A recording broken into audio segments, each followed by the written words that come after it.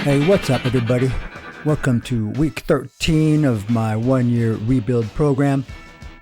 Going to focus a little bit more today on the cycle overview graph. Here you can see in visually, light blue is the hypertrophy cycles, orange is the strength cycles, and red is the peaking cycles. I'm currently in week 3 of a 5-week micro strength cycle, and this whole thing leads up to a test in red in October of 2022. And as I get further into the program, RPEs go up, RIRs go down. That means there's more work to do, and actually I need to rest more. So that's the main reason why the total time of my workouts is starting to take longer.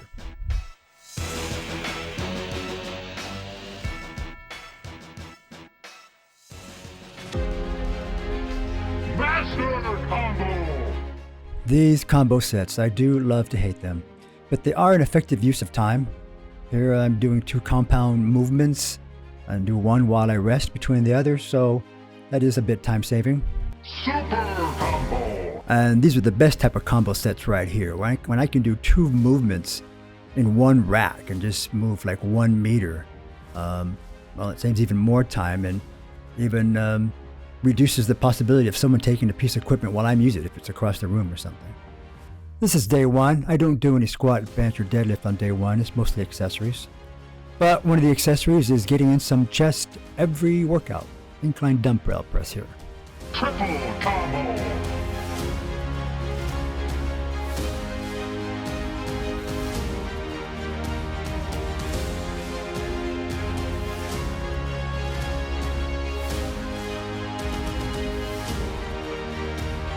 Higher RPEs, lower RIRs.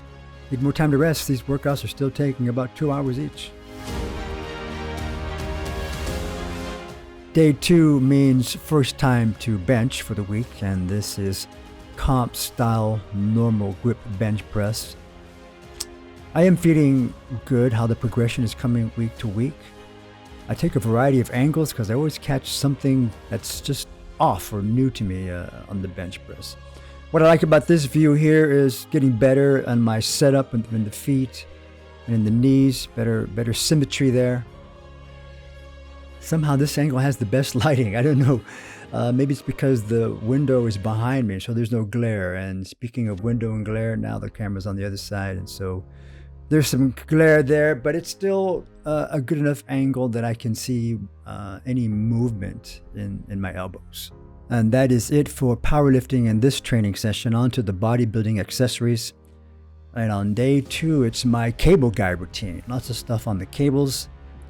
Again, it's a bit time efficient. You'll see here on the same cables that I use for the lateral raises, I'm able to just stay there and carry on during these cable crossovers.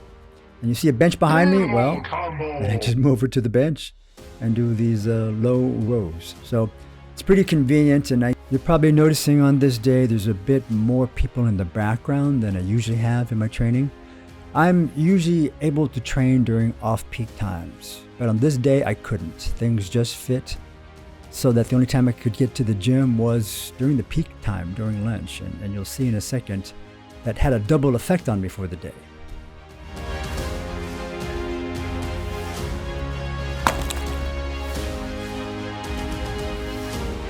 So it was peak time in the gym, meaning it was busy. It was 12 noon, but that also means it was peak time shopping for lunch in the grocery store. So by the time I got there, you see here, the shelves were a bit bare. This is where you would normally find things like salads and sandwiches and wraps. I mean, it looks a little bit like the start of the pandemic all over again, where people are just hoarding things and there's nothing left on the shelf.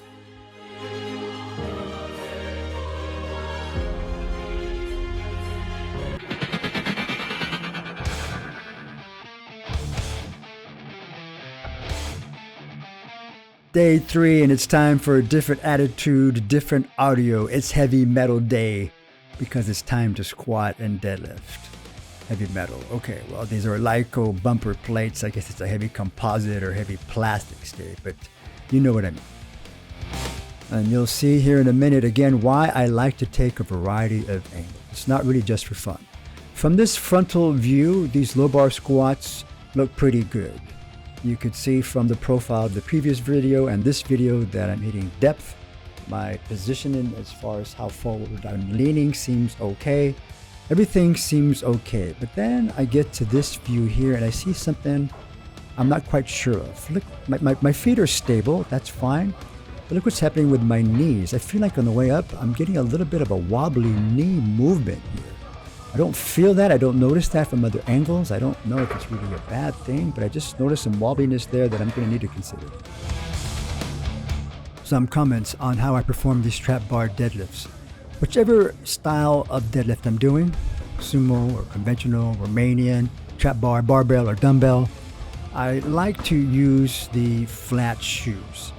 Because of the placement of the weights in the bar on this trap bar, I think they're a little bit more quad dominant to where I probably could lift more weight with the heeled shoes, but it changes the angles for everything. And what I'm looking for here is carryover to my conventional or sumo deadlift. So I go with flat shoes. Other performance notes, I'm keeping my feet just under my hips. I keep the sleeves on from the squats to doing these to help with the leg drive through the floor.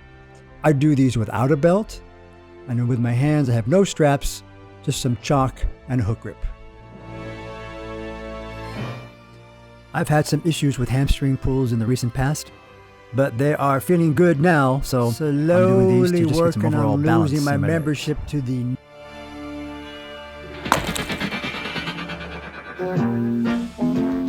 People, let me tell you about my best friend. Fitness and fatherhood. Just two aspects of overall life balance for me. In fact, one of the number one factors about when I can get to the gym is, first of all, where does this guy need to be and when? And then I figure out when I can go after that. So just a fun day of football training here. Took a couple of penalty shots. Spent some time with friends playing video games here. And then he had a big week. His first piano concert.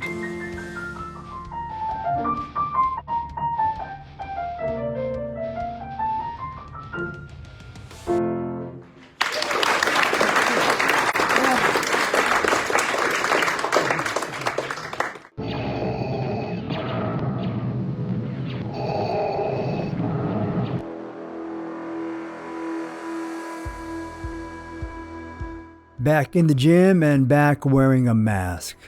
Start of day 4 with extra wide grip. Felt pretty good about these today. Looking at the elbow movement, they relatively stayed in one plane and weren't moving around, so I felt good about that.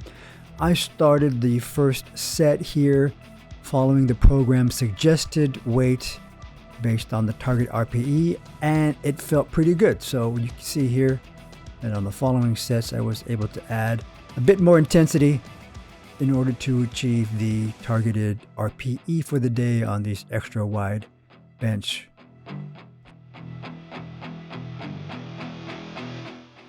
And who left that bar sticking out in my camera angle? Oh, that was me. I was trying to set up a camera angle. I pulled the bar out beyond the pins, as you can see there, and tried to put my camera on that part of the bar that holds the weight. But guess what? It has ball bearings and it spins. So I couldn't hold the camera there. I was losing time, went on and just started doing my sets, came back later, set up the camera, but I forgot to move the bar. And that's the rest of the story.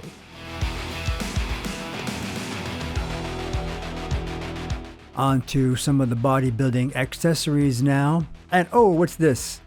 Well, I'm in the gym, so I need to do some chest. Chest every day.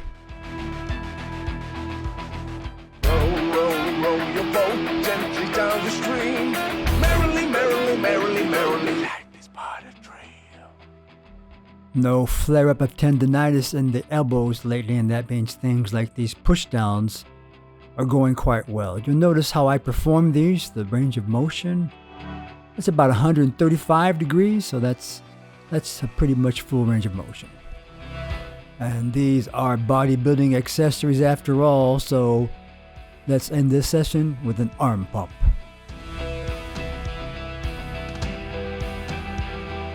And last day of the training week for me, usually an early Sunday morning. There you see I have a choice of which rack I want to use, which is nice.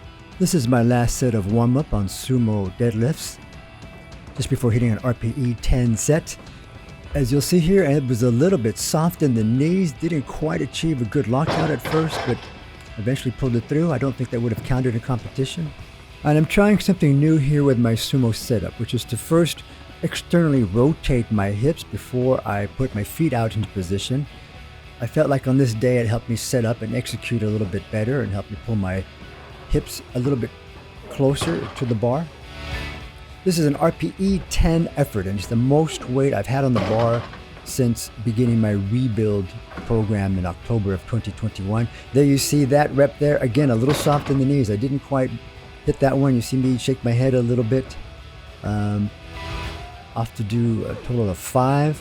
By the time I got to the 5th rep, you see here, actually I still had a little bit in the tank, but I was happy to achieve this set of 5 with this weight. So I didn't attempt another rep, but I think there was a little bit more in the tank there. And yeah, I was winded after all that.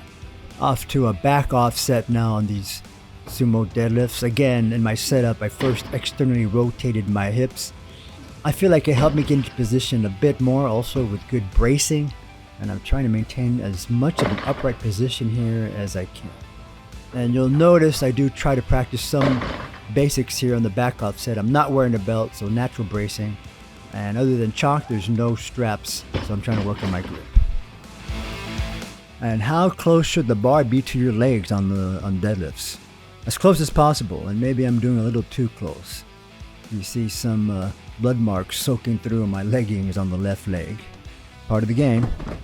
Next on the program today, high bar squats. Now, based on my 1 and 10 rep maxes, plus the targeted RPE, then the program suggests a starting weight for these high bar squats. But today, it felt too easy. So when I rated the RPE, the program auto-regulates, and you'll see here the intensity is a bit higher. And now I'm a bit more challenged. And based on how I feel today, then I added a little bit more weight to still achieve the targeted RPE.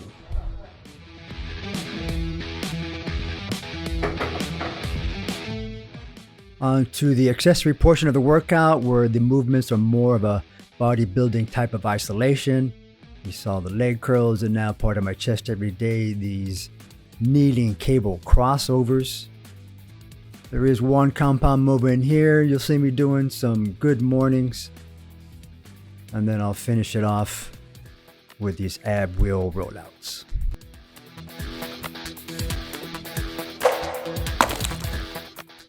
And that's it for this workout, and that's it for this week. Time for a little reward.